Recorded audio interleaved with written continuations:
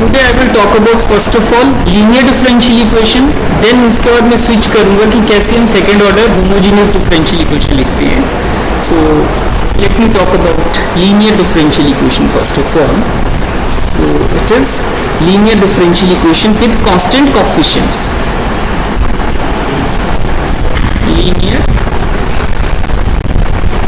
differential equation with constant coefficients. So any equation that can be written in the form, say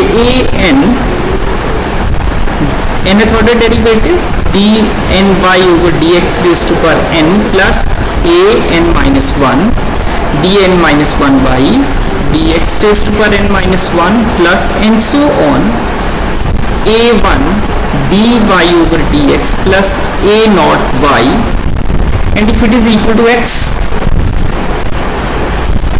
right, it is equal to x is any function, may sit here. So this equation is known as linear differential equation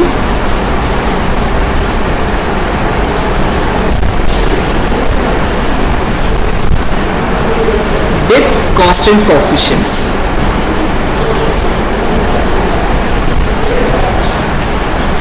It is the linear differential equation with the constant coefficients.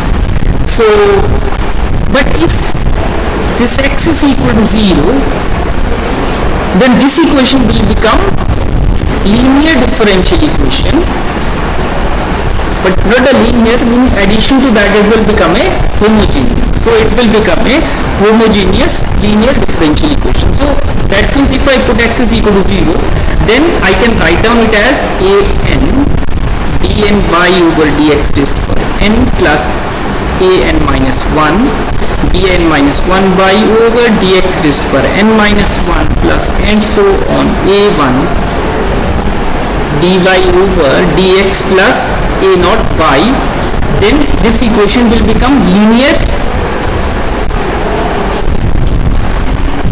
homogeneous.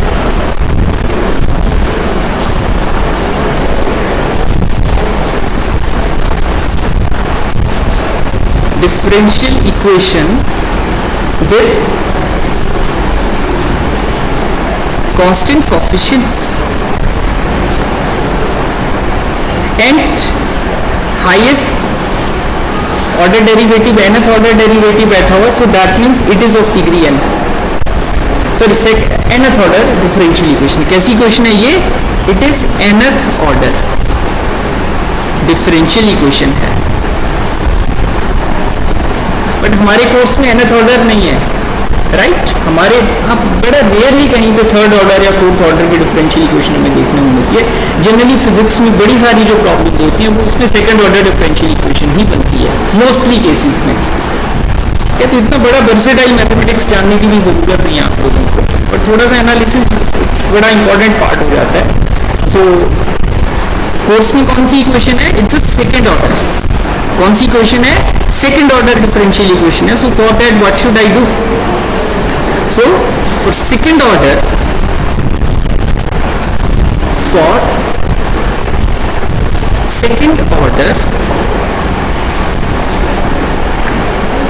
homogeneous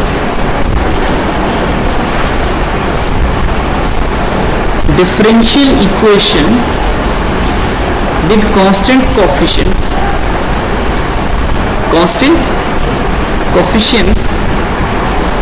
We can write what we can write. We can write it as, say, if I go back to here, so यहाँ पे क्या होगा? n की जगह मैं क्या substitute करूँगा? I have to substitute 2. So for that, this equation will become a2 d square y over dx square plus a1 d y over dx plus a naught y is equal to 0. So इस तरह की equation हमारे पास आएगी homogeneous equation, and these are the constants, coefficients. ये coefficient जिनके साथ multiply हो रहे हैं. So sometimes you may, in some text it can be written like this: a t square y over dx square and then plus b dy over dx plus c y is equal to 0. कुछ text books में आपको इस तरह से भी चीजें मिल जाएगी, हो सकते हैं capital A capital B capital C रखा हो, but these are the constants. So कोई भी क्वेश्चन इस तरह की हो उसको हम क्या बोलेंगे, सेकंड ऑर्डर डिफरेंशियल इक्वेशन बोलेंगे. इसमें हम एक बड़ा सिंपल सा एक एग्जांपल लेके चलेंगे सिंपल पेंडुलम का. Now I have to talk about certain example from physics side. So what was that? It is a simple pendulum. मैंने लेबोरेटरी में भी आप लोगों से कुछ क्वेश्चंस पूछे थे and nobody came to me. ये एंगल क्यों स्मॉल होता है, एंगल कैसे मेजर करते हैं, ठीक है. So if I got a time then I will talk about that also here.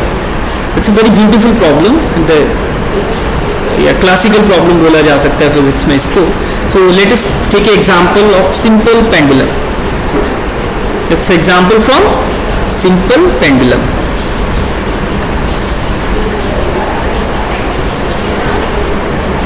कोई भी ऑब्जेक्ट उसको मैं किसी थ्रेड से हैंग कर दूं, हैवी मास हो, पॉइंट मास हो और हैवी हो, एंड इफ आई थ्रो छोड़ दें then it keep on swinging like this, ठीक है. उसको हम सिंपल पेंडुलम बोलते हैं. Heavy mass and point mass.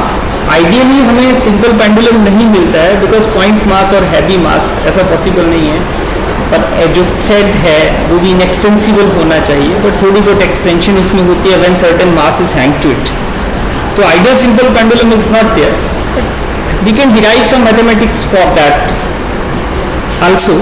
So let us have a look at a simple pendulum problem. It's a very beautiful problem.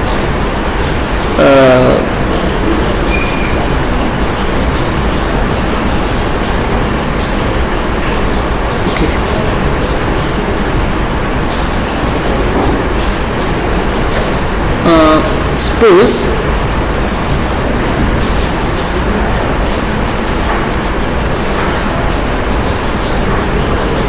यहाँ पे हमने एक मास था and it is hanged to it and it is fixed at this point. This end is fixed.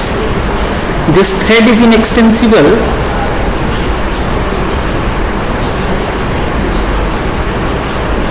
So इस position पे इस पे wait vertically downward इस तरह से एक्ट कर रहा है mg.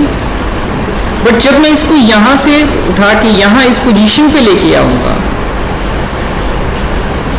When I got back to it here, then what will happen, इसका जो वेट होगा वो दोबारा उसी तरह से वर्टिकली डाउनवर्ड एक्ट करेगा. एंड से इसको हमने यहां से थीटा एंगल डिस्प्लेस किया, थीटा डिस्प्लेसमेंट दी. सो जब मैं इसको यहां से रिलीज करूंगा, because I brought it from this to this side and then I release it, तो ये क्या करेगा, it starts comes to it's equilibrium position पे आने की कोशिश करेगा, यहां पे आएगा. और बट यहां पे रुकेगा नहीं बिकॉज इसमें पोटेंशियल एनर्जी यहां पे स्टोर थी इस पॉइंट पे, और उस पोटेंशियल एनर्जी की वजह से ये काइनेटिक एनर्जी में कन्वर्ट होगा. यहाँ मैक्सिमम काइनेटिक एनर्जी होगी, बट फिर भी यहाँ पे अगेंस्ट ग्रेविटी इधर जाएगा. किसकी वजह से जा रहा था? It is because of inertia and it keep on oscillating like this. It keep on oscillating like this. किस वजह से वो जा रहा था? अब वेट ये था, इसके दो कंपोनेंट्स थे. अगर मैं इस फोर्स को रिजोल्व करूं तो एक कंपोनेंट इसका यहाँ पे आ रहा था इस डायरेक्शन में, दूसरा कंपोनेंट थ्रेड की लेंथ में. अगर ये एंगल थीटा है तो इस एंगल को भी क्या होना पड़ेगा, थीटा, क्योंकि ये दोनों, ये और ये दोनों लाइंस पैरेलल थी, ठीक है. तो जितना ये एंगल है उतना ये होगा, तो ये कंपोनेंट क्या हो जाएगा, थीटा के साथ वाले कंपोनेंट को हम कॉस बोलते हैं. सो it is mg cos theta. और एक कंपोनेंट इधर है जो थीटा से दूसरा कंपोनेंट था, दूसरी साइड के अलोंग जो था, उसको हम क्या बोलते हैं, mg sin थीटा. तो ये कंपोनेंट इसको इधर लाने की कोशिश कर रहा था. फोर्स हमने इधर को लगाई और वो अपोजिट चल रहा था. फोर्स हमने इधर को लगा रहे हैं but it will go in the opposite direction, right. अब दो चीजें आ रही थी. ये जो टेंशन थी वो इधर को होगी बिकॉज यहाँ पे इसको खींच रहा है ये वाला component. So that means tension को किसने बैलेंस किया, mg cos थीटा ने. बट यहाँ पे हमारे काम की किसी चीज की टर्म नहीं है, तो we need not to worry about it, because हमें करना है डिफरेंशियल इक्वेशन को समझना है। तो फोर्स हमने लगाई, डिस्प्लेसमेंट दी, जो हम फोर्स लगा रहे थे वो थी मास इनटू एक्सेलरेशन, और जो कंपोनेंट इधर को आ रहा है वो इधर को लग रही है फोर्स, तो ये आ जाएगा mg sin theta but with the negative sign, क्योंकि जिस ओर मैं इसको डिस्प्लेस कर रहा हूं वो उससे दूसरी डायरेक्शन में जा रहा है, तो नेगेटिव साइन उस वजह से आएगा। This mass will cancel out with it, right. Then acceleration को मैं कैसे लिख सकता हूं? अब एक्सेलरेशन किस में हो रही थी? इसकी इस पोजीशन में आर्क चेंज कर रही थी, इसका जो आर्क वाला पार्ट था वो चेंज कर रहा था, दिस एल इज चेंजिंग, इसको मैं क्या बोल रहा हूं? Length of the arc. Time के साथ क्या चीज चेंज कर रही थी? लेंथ ऑफ द आर्क, जिसकी अलॉन्ग वो मूव कर रहा था। आर्क तो फिक्स है और थीटा चेंज कर रहा है, और क्या चेंज कर रहा है? थीटा चेंज कर रहा है। सो मैं क्या करूंगा, जैसे जैसे एल चेंज कर रहा था, एल क्या था? Arc length. एल के चेंज करने से क्या चेंज कर रहा है? Theta is also changing. अब मेरा क्वेश्चन ये है कि थीटा अगर ये है और लेंथ ऑफ द आर्क ये है, और आर अगर रेडियस है इसकी, रेडियल लेंथ अगर मैं बोलूं या लेंथ ऑफ द स्ट्रिंग बोलूं, तो थीटा क्या आ जाता है? Length of the arc upon radius. Theta is equal to L upon R. ये इक्वेशन मेरे बड़े काम की है। और जो मैंने आपको बोला था कि आप एंगल कैसे मेजर करोगे, वह जब आप किसी बार पेंडुलम को स्विंग करते हो, तो बड़ी सिंपल सी बात है कि यह आपका बार पेंडुलम था, यहां से आपने इसको यहां तक एक्सटेंड किया, तो आपको पता है कि ये एंगल तो ये निकालना है। कैसे निकालेंगे? ये डिस्टेंस मेजर करो, आर आ जाएगा, ये लेंथ अप्रोक्सीमेटली मेजर कर लो, इसको लेंथ बोल दिया, तो थीटा कैसे निकलेगा? Length of the arc upon radius. It's a simple way. अगर प्रोटेक्टर आपके पास नहीं है, उस लेवल पे काम नहीं कर रहा है, तो आप इससे मेजरमेंट कर सकते हो। आपको ये पता होना चाहिए हमने कौन सा टूल कब यूज करना है। That's the meaning of education. ये नहीं कि याद करना है, जो मैंने बताया वो लिखना है, वो करना है। आप खुद से सोचो that how you can do all these things, right. तो ये मेरे पास यहां से आ जाता है। सो एक्सेलरेशन क्या आती है?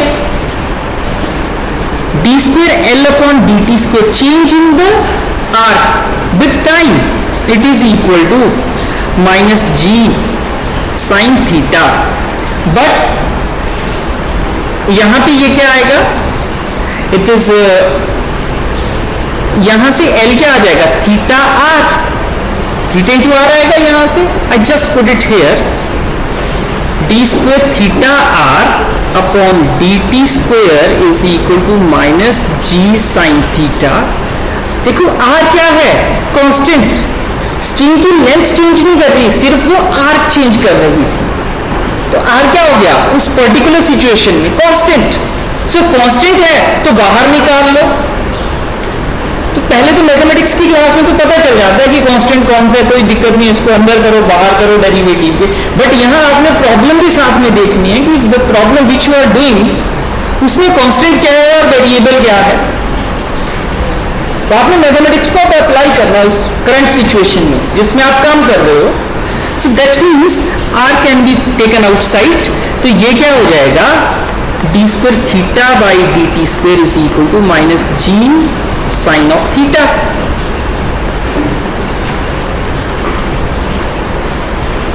सो d square theta upon d t square क्या आ जाएगा? माइनस जी अपॉन आर साइन थीटा। अब थोड़ा सा साइन थीटा को देखने की कोशिश करते हैं। मैंने आपको एक और चीज बोली थी, how theta should be small, कितना छोटा थीटा होना चाहिए सो दैट मैं साइन थीटा को थीटा बोलूं। That's my another question. Sine theta is nearly equal to theta when theta is small. कितना स्मॉल? That's another question. बात समझ आ रही है? सो उसके लिए मैंने छोटी सी यहाँ पे एक्सरसाइज की। Let me go back to there this lectures and then I will do the mechanics. Yes there. ये मैंने स्प्रेडशीट बनाई। What I did in this particular spreadsheet. So इस पर्टिकुलर स्प्रेडशीट में ये मैंने एंगल लिखा डिग्रीज में 0, 1, 2, 3 एंड सो ऑन 32 डिग्री। उसके बाद मैंने एंगल को रेडियन में कन्वर्ट किया। रेडियन का आपको फॉर्मूला पता है, दैट पाई बाई 180 से डिवाइड कर दिया, मल्टीप्लाई कर दिया। तो ये मैंने रेडियन में बदला और मैंने साइन थीटा भी निकाल लिया। अब अगर मैं इन वैल्यूज को देखूं, एंगल की वैल्यू 4,5, यहां तक ये वैल्यू मैच कर रही है। डेसिमल के 1, 2, 3, 4, 5 फिफ्थ डेसिमल प्लेस तक दोनों वैल्यूज क्या कर रही है, मैच कर रही है। Just have a look at it. ठीक है, अगले में चले 1, 2, 3, 9, 0। डेसिमल के फोर्थ प्लेस तक क्या, फोर्थ प्लेस तक तकरीबन अगर मैं राउंड ऑफ करूं तो फोर्थ प्लेस तक वो मैच कर ही रही है। तो तीसरे चौथे प्लेस तक वो मैच कर रही है। और अगर मैं यहाँ पे 5 डिग्री तक चलूं, 087, 0871, तो यहाँ पे भी डेसिमल के 3 प्लेस तक एग्जैक्ट मैचिंग चल रही है। अगले में 3 प्लेसेस तक चल रही है, 6 डिग्री, 7 डिग्री में भी ठीक है। 7 डिग्री में डेसिमल के दूसरे प्लेस तक मैचिंग हो रही है, तीसरे में गड़बड़ हो रही है। तो आपने कितना क्लोज वैल्यू चूज करनी, इट्स योर चॉइस। आप 5 डिग्री तक जा सकते हो, आप 6 तक जा सकते हो, 7 तक जा सकते हो। अगर आप उसके बियॉन्ड जाओगे तो प्रॉब्लम हो जाएगी। प्रॉब्लम क्यों होगी, क्योंकि वैल्यू वेरी कर रही है। और आपकी जो इक्वेशन है वो लीनियर की बजाय क्या बन जाएगी, that equation will become a non linear equation. कैसे कैसे बनेगी, how it will happen.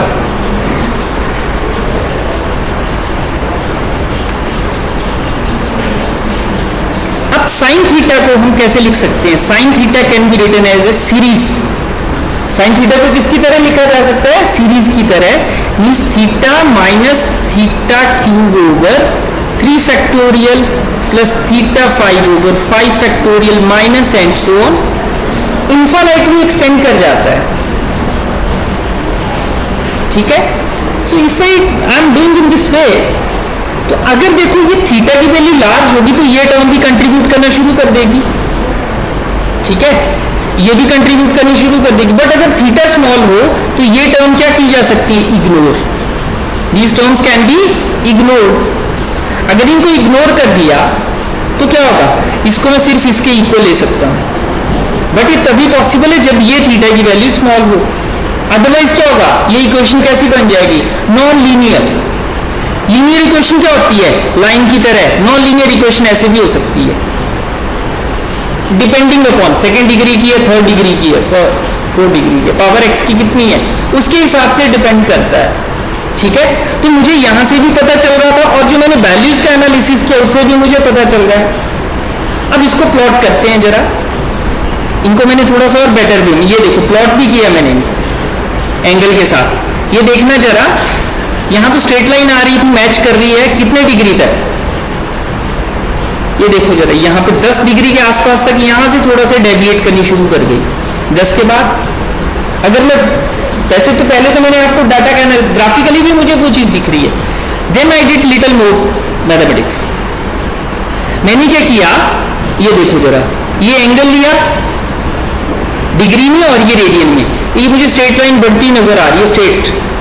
But जब मैंने साइन थीटा को प्लॉट किया तो साइन थीटा में क्या हो गया, ये आ गया 90 डिग्री पे इसकी मैक्सिमम वैल्यू हो गई, फिर डिक्रीज कर गई 180 पे, फिर 0 आ गई, फिर नेगेटिव साइड को डिक्रीज करना शुरू कर दी, या इंक्रीज, नेगेटिव साइड को इंक्रीज करना शुरू कर दी। तो ये प्लॉट आ रहा है मेरे पास इस तरह से। तो इट मीन्स इससे क्या होगा, हमारा जो पेंडुलम है वो सिंपल नहीं रहेगा, वो बन जाएगा कॉम्प्लेक्स पेंडुलम। ये यहां इसमें इतना पता चलता। बट अगर हम फेज डायग्राम देखें जिसमें वेलोसिटी और पोजीशन दोनों प्लॉट की जाती हैं, तो उससे बेटर वे में क्लियर होता है। कैओटिक पेंडुलम भी इसको बोलते हैं, आप सर्च कर सकते हो। फेज डायग्राम आएगी आपको, सेकेंड ईयर में भी आएगी फेज डायग्राम, इसमें भी हम कहीं ना कहीं फेज डायग्राम की, फेज डायग्राम का मतलब होता है जहां पे वेलोसिटी और पोजीशन दोनों प्लॉट की जाती हैं, उस तरह के प्लॉट्स को फेज डायग्राम बोला जाता है। सो that means non linear term मेरे लिए प्रॉब्लम खड़ी कर रही थी। ठीक है, तो थीटा कितना लेना है वो आपको पता चल गया, 5 से 7 डिग्री मोर देन एनफ है। ये कहीं लिखा नहीं है, हमने खुद देखा बाय डूइंग सर्टेन एक्सपेरिमेंट। ये भी एक्सपेरिमेंट है, but I am doing this experiment on computer. मैंने डाटा को प्रॉपरली एनालाइज किया, उसके बेसिस भी मैंने कंक्लूजन ड्रॉ किया। So is it clear to you, to all of you? So that means मैं यहाँ पे क्या करूंगा, let me go back to the next page, that means d square theta over d t square is equal to minus ji upon R theta. क्या आ गया?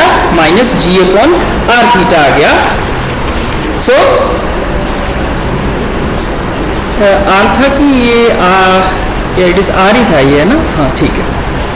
सो जी upon are को हमने क्या अज्यूम कर लिया, तो sorry let us assume that, इसको थोड़ा सा सिंप्लीफाई कर लो, जी अपॉन आर को हमने ओमेगा नॉट स्क्वायर ले लिया, क्योंकि अगर मैं डायमेंशनलिटी चेक करूं, जी अपॉन आर की डायमेंशनलिटी चेक करूं तो ये 1/t स्क्वायर आता है। You can check it dimensionally, ठीक है? तो ये मेरे पास ओमेगा नॉट स्क्वायर हमने इसको अज्यूम कर लिया। सो that means d square theta over d t square ये आ जाएगा plus omega not square theta, इसको इधर ले आया। ये मेरे पास क्या बन गई? Second order homogeneous differential equation with constant coefficients. For what? It is for the simple pendulum.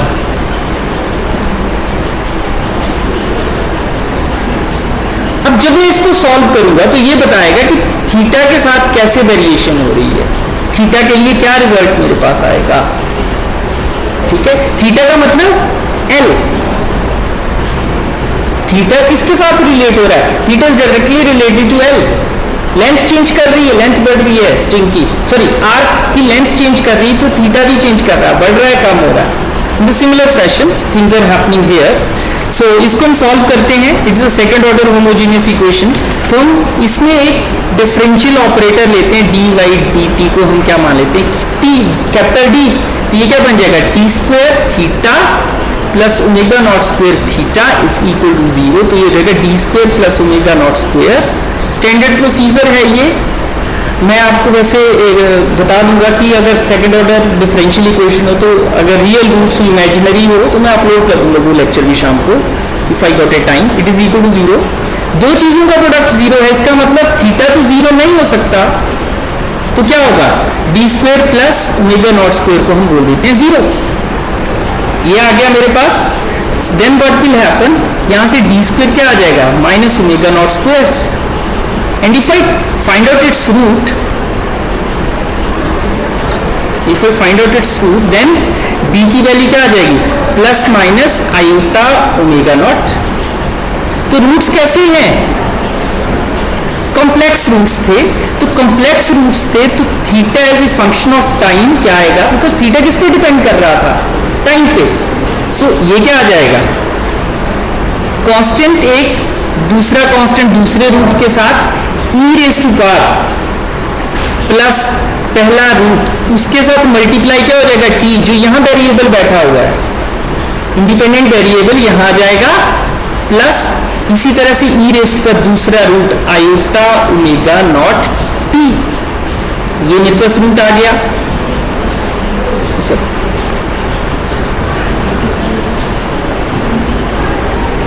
सो इसको हम सिंप्लीफाई कर लेते हैं।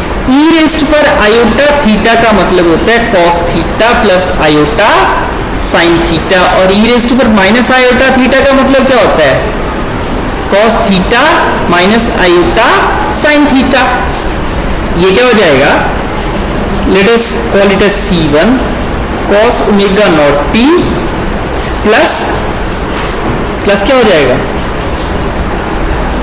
Iota sine omega naught t. ये किसकी वैल्यू थी? इसकी, plus C2 cos of omega naught T minus iota sign of omega naught t. ये वैल्यू आ गई। कॉस वाली टर्म इकट्ठी कर लो, साइन वाली टर्म्स अलग कर लो। So what it will be? C1 plus C2, इन दोनों के साथ बैठा हुआ था ये cos not omega t plus iota C1 minus C2, right? किसके साथ माइनस बैठा हो, माइनस आयोटा था, तो वो इस तरह से मैं इसको रीअरेंज कर सकता हूँ। सिंपल मैथमेटिक्स है, you can do it at your own level. इसको मैं एक कांस्टेंट बोल देता हूँ। कांस्टेंट रियल भी हो सकता है, इमेजिनरी भी हो सकता है, और इसको मैं दूसरा कांस्टेंट बोल देता हूँ, it is sine of omega naught T. Plot कैसा आएगा इसका? अब यहां पे मैं क्या केस कंसीडर कर रहा हूं? No damping is there. If pendulum one set into oscillation is it always keep on oscillating. कोई डैम्पिंग नहीं है, कोई चीज रोक नहीं रही है, एयर फ्रिक्शन नहीं काम कर रहे हैं और चीजें नहीं काम कर रही है, means it always continue motion. वो वाला केस है, उसके लिए मैंने थीटा कैसे चेंज हो रहा है, कभी बढ़ रहा है कभी कम हो रहा है. थीटा कम हो रहा है कभी ज्यादा हो रहा है, पॉजिटिव साइड में कभी नेगेटिव साइड में. अब ये सॉल्यूशन आया, इसको थोड़ा सा विजुअलाइज करते हैं प्लॉट करके, राइट. सो मेरे पास क्या था, let me go back to here, ये windows here.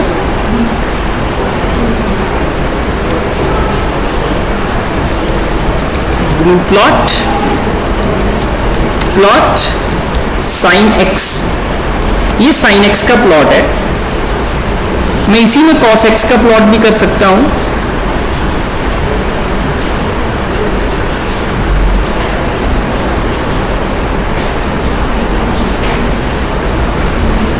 रीप्लॉट, it's a visualization. Cos x equation दूसरी तरह से बैठी हुई है. ये देखो, ये साइन का प्लॉट था, दूसरा कॉस का प्लॉट आ गया. और अगर साइन प्लस कॉस का प्लॉट भी आप इकट्ठा देखो तो वो भी ऐसा ही दिखेगा. साइनसॉइडल बिहेवियर हो सकता है किसी की 0 कहीं बैठी है, किसी का 1 कहीं बैठा हुआ, बट ओवरऑल बिहेवियर वैसा ही है, साइनसॉइडल नेचर है. So again replot cos x plus क्या था आपके पास, sine x. Just have a look at it. ये देखो, ये तीसरा प्लॉट है उसका.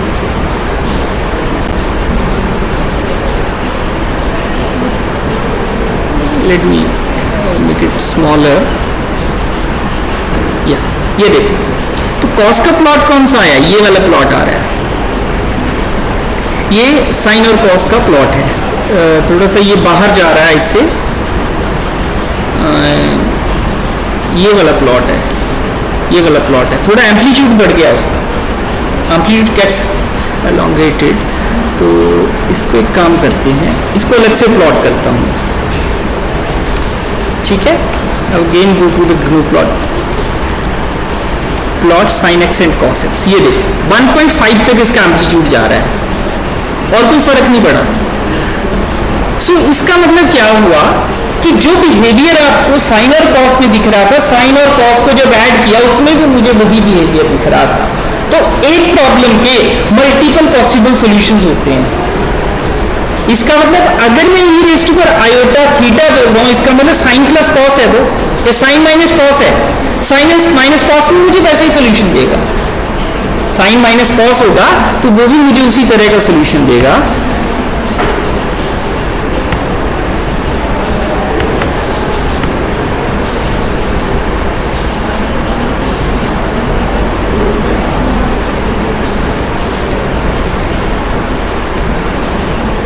Just quitting out of it and then coming back to it. Yeah, minus amplitude कम हो सकता है. नहीं, साइन माइनस वो भी वैसा ही आ रहा. तो sine x minus cos x या cos x minus sine x दोनों का प्लॉट मेरे पास एक जैसे आ रहे हैं. So that means a particular differential equation has so many possible solutions. आपने cos कैसा चूज करना है आपकी चॉइस है. कुछ बुक्स में आपको साइन या कॉस की टर्म में सोल्यूशन मिलेगा, कुछ बुक्स में आपको एक्सपोनेंशियल की फॉर्म में मिलेगा, ठीक है. तो वो एक जैसी सॉल्यूशंस होती हैं. तो कल हम बात करेंगे कि एक तो एक्सपोनेंशियल हम कैसे चूज करते हैं और दूसरे मैं आपको डिफरेंशियल इक्वेशन सॉल्व करना सिखाऊंगा. सेकेंड ऑर्डर डिफरेंशियल इक्वेशन कैसे सॉल्व करते हैं जब रियल रूट्स हो और जब इमेजिनरी रूट्स हो. I think that's all for today.